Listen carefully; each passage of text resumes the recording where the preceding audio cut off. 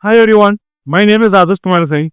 Okay, I basically I graduated as a mechanical engineer, not because my parents forced me, but because I love physics to the core of my heart. And throughout the journey of my engineering, there's this one mantra which I've used everywhere, even at situations where my mic gets turned off or the presentation does not go on. And that is, the journey of my life has been Jugaad. This Jugaad has helped me get whatever I wanted. Unrealistic ambitions I've had since the beginning. Growing up, I changed about 8 schools before I finished my grade 12. Not because I was a notorious child, but because my dad kept on changing cities for different jobs. Meaning, I don't remember what my school life was between grade 3 to 5. I remember going into a building, I remember coming out, but I don't remember what did I do for happiness. One thing that was everywhere, whichever school I went, one place which always felt like home, which felt more like a temple, was stage. Any school that I went, one thing that I would always find was stage. But there was a problem. Even though I was unrealistically ambitious that I want to be the biggest speaker, but whenever I used to go on stage, behind the podium, my legs used to shake. And by chance, if one day I felt confident that no, my legs are strong, I used to get up from my seat, come on the stage, and forget the first line that I had to speak. Even so, when all of these things reduced, never stopped, one call I always face, and that was whenever I used to participate in events, I used to myself put in me in a position where I used to compete in events, and when I did not get an award, which I never understood why I was not getting awards, I used to cry. I used to cry after every event. I was a big crybaby. Every month, I used to choose one event. I used to prepare for it for a month. I used to beg my parents for huge loads of money. Used to go to the event, perform, think I'm the best, and then lose. I used to cry and make my team members cry. This went on till grade 11th, minded. This is not a story of a grade 3 child. But there was a problem. The reason why I cried was not because I lost. It was not even because I felt that I've put 1 month of time to prepare for one event. It was because every event had an opportunity cost. Opportunity cost in the sense, not of things that I cannot do, but the money that was going in it. When I was in grade 11, my school decided to send me into an international competition. Before this international competition, I participated 6 months before this. I participated in national competition. I prepared for it for 6 months, paid 50,000 as a registration fees. I begged my parents a lot. Prepared for 6 months, had the whole school helping me. We were about to win. As soon as the closing ceremony started, I cried because of thinking, what if I do not get an award? Guess what happened? I lost. I lost. It was as bad of a day as it could have been.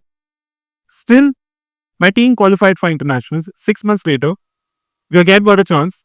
This time, instead of participating in one event, I participated in 3 events. Because this time we were paying 1.5 lakhs as a registration fees. Because we went outside the country to participate. Exposure is what you get, they said. I participated in 3. Guess what happened? I won in all 3. I did not put effort because I thought if in nationals I put effort for 6 months and still lost. What's the point of putting effort for internationals? I only prepared for a month. Did not give it effort. Was not at all connected to the event. But I still won. That day I understood something. You can give the best of your events. You can give the best of your efforts. You could do everything right. But there is this one thing that you cannot predict. And that is the final judgment of the judge. It is completely subjective in events where you speak.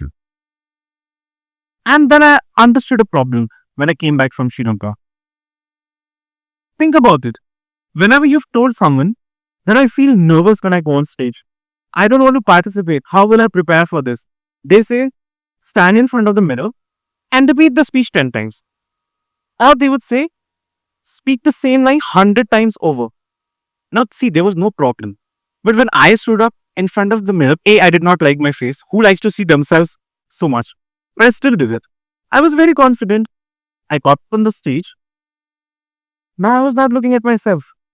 I was looking at people who had random blank faces, who were probably judging me or saying things about me. And there were n number of things that were going inside my head. No one told me about this. Technically, this was supposed to solve it. I was supposed to practice like crazy. I was supposed to speak in front of mirror. And the nervousness should have gone away. It did not. The only solution that I learned by myself, not because someone else told me, was I started approaching people who would never listen to me. The biggest person who would never listen to me speak on stage is my mother. She does not care what I speak. She is least bothered by it. I decided I'm going to try it on her. I'm going to make her listen to me. Next, I went to the next set of people who never listened to me. My friends. They're talking about something else. I'm making them sit and make them listen to me. Why? Because when you get on stage, you're going to see n number of people who do not want to listen to you. It's your responsibility to make them listen to you, not their responsibility to listen to you. You get the idea? Next thing, irrespective of the fact how much you practice, any speaker who gets on stage, who actually is true to the speech that they're giving, have this one thing that always go in their heart. Am I breathing too fast? Am I looking nervous? There used to be time when I used to get on stage, and do shout if you've ever felt this. There used to be time when I used to get on stage, even though I was love of this place, but I used to put myself in pressure. I used to get on stage, and my heartbeat used to go like it's in a bullet train. It used to feel like that my heart is going to come outside my mouth. The crazy part is, whenever I now go and interact with students, they feel the same. But one other thing they have always talked about, that on a level 1 to 10 of nervousness, whenever I get on stage, or whenever others used to get on stage who I spoke to, they used to say that we feel that we are looking like a level 10 nervous, that our face says it, that you're looking nervous. But sitting there, you don't see a level 10 nervous person. Maybe a level 3, maybe a level 4, but you don't feel that I'm into puke right now, I hope. Otherwise, you have crazy imagination. No, I'm not going to lie and say that nervousness is not a real thing. It is very much a real thing. Any person. Let's say I'm supposed to speak in front of the Prime Minister where 1 lakh people are sitting in front of me. Obviously, I'll feel nervous. If I don't, then I'm robotic. That cannot happen. If you feel true to the work that you do, whenever you present it, you will feel a little bit of nervousness, that will people understand it or not. These are things that I understood when I was in school. Last thing that I understood. Never make presentations which have too much content. Never put bullet points. Because if I am speaking and if I have bullet points here, you're not going to listen to me. Now you know more than I do. Before even I started speaking, you already know what I'm going to talk about. Never put bullet points. Because bullet points actually kill your presentation. Now you will feel that why am I here speaking to you and giving you pointers on how to give presentation, how to speak. Well, here is where my journey started. When I came back from Sri Lanka in grade 11 and I won in 3 competitions, I asked this question to myself.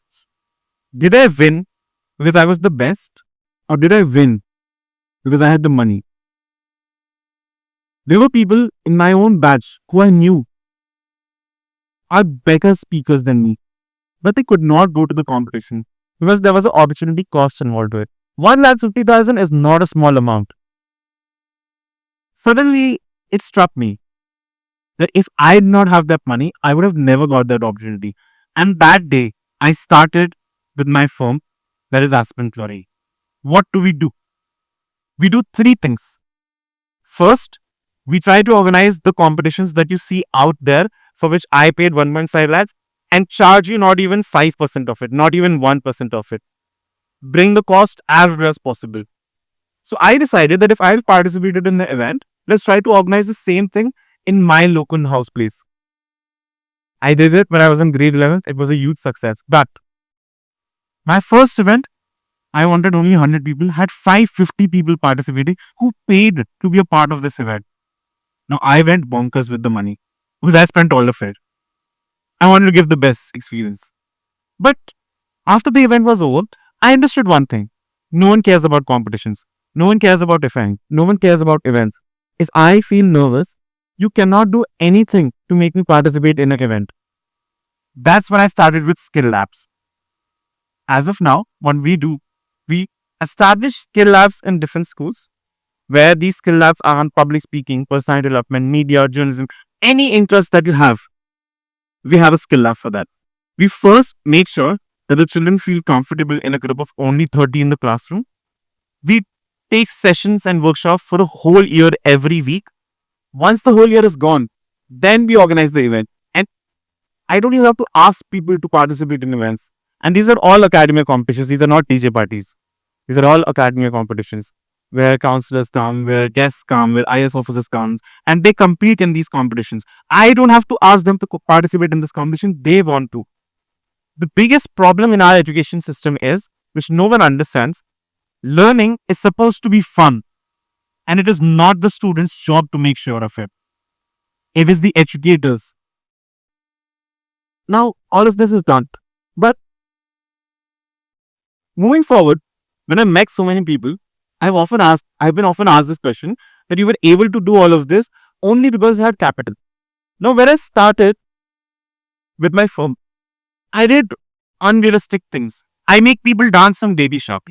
Baby Shark, the nursery rhyme. Why? Because if a child does not want to speak, what is the other way? Make them dance. What if they don't dance? Make it clear to them. Anyone who does not dance will get the amazing opportunity of coming on the stage and dancing solo. And you will see crowds and crowds of people dancing with you to a point where I've made at least more than 1 lakh people dance on this really short song. Why? Not because I want to embarrass anyone, but because I want them to let go of the hesitation. So that in the start of the session, they all feel awkward like I did. If I am embarrassed, they should be embarrassed. If I am feeling awkward, they should feel awkward. If I feel scared, they should feel scared of me. Now, with all of this, when I started my firm, I had a couple of questions.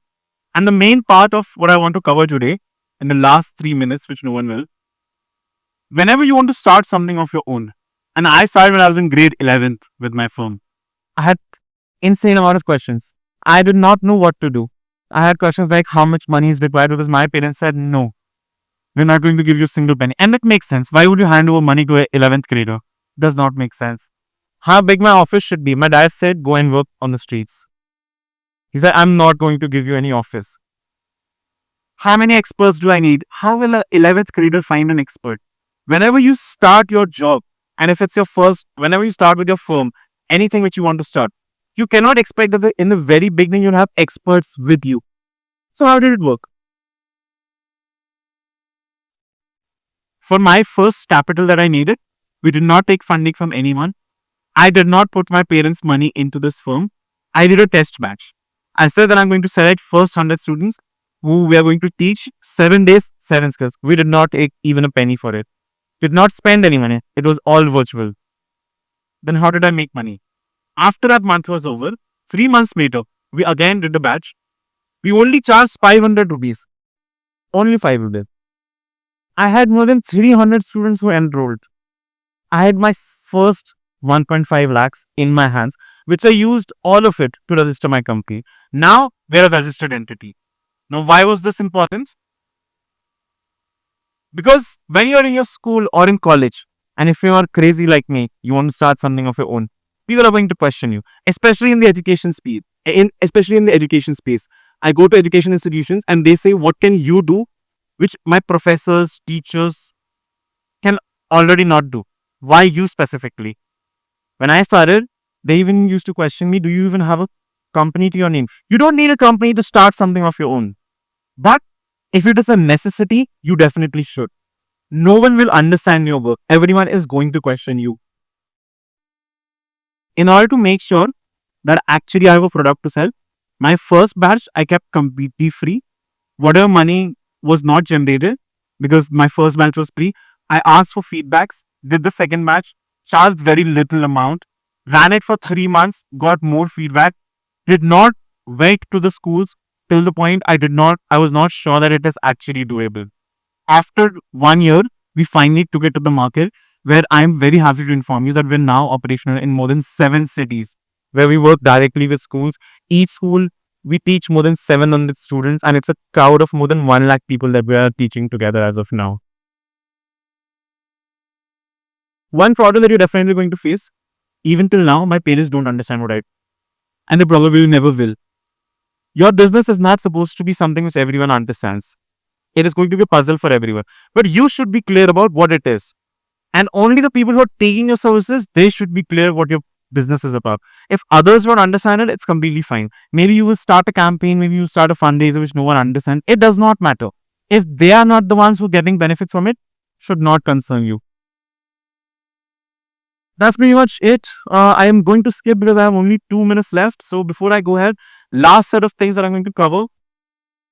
Okay, one last thing. Why I named my talk Unrealistic Ambitions. This year at the beginning, I wanted really bad to go to the United Nations. I had this dream since I was in grade 11th. I achieved it. When I gave my, when I did not ever give a TED talk, I wanted to give a TED talk really badly. I gave a TED talk. When I gave my first TED talk, I wanted to give 5 TED talks. This marks as my 5th TED talk. What I'm trying to say is, it's your dreams. No one can question. If you can dream it, there is a very much possibility that you'll be able to achieve it. Moving ahead, I'm just going to go ahead and say a couple of things which really helped me move forward. I'm a 25-year-old. I often get nervous about things, but there are few things which my teammates have said which have always helped me continue doing my work. I disapprove of whatever you say, but I will defend to the death your right to say it. That's my co-founder, by the way. If you lost, because many students lose in our competition, if you lost, you're not the worst. If you won, you're not the best. There's just more competition. When you get one negative comment, think about 5 positives. And trust me, this is really hard. It's very easy that when you get one positive, you suddenly think about 5 negatives. But doing the opposite, it's really hard. When your heart beats faster than a bullet train, think for a second and breathe. How can you make the other people afford? Even when you're feeling overwhelmed, never fail to try. Delegating work to your teammate is an essential part for yours as well as their growth. Otherwise, you'll not have time to even sleep or eat or do anything. In the palette of different colors of life, when things are unknown, experience, and the last part that I leave you with, we live in a world of maybes and stories, and every smile tells a story. So in the end, that's my parents, by the way. In the end, I leave with you. Smile. Thank you so much.